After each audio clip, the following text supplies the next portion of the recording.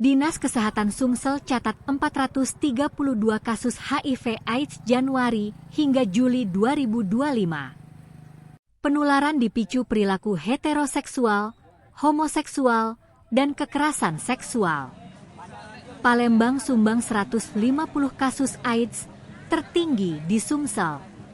Jadi kalau menurut data dari Dinas Kesehatan Sumsel, selama Januari sampai dengan Juni tahun 2025, kita terdapat 432 kasus baru di Sumatera Selatan yang terdiri dari 280 kasus HIV dan 152 kasus AIDS ya, sudah stadium 3 dan 4.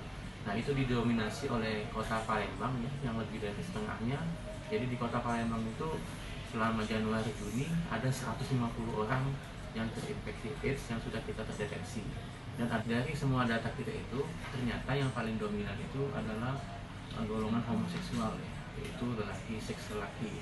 Nah, tentu untuk menjangkau ini kita memerlukan mitra ya dari non-government organization ya, dari LSM ya, sehingga kita bisa mendekatkan kepada mereka untuk mendeteksi dini kalau ada yang sudah terjangkit ya. Dan kita juga bisa memberikan edukasi ya, pencegahan ya, sehingga penyakit HIV dapat terkendali ya.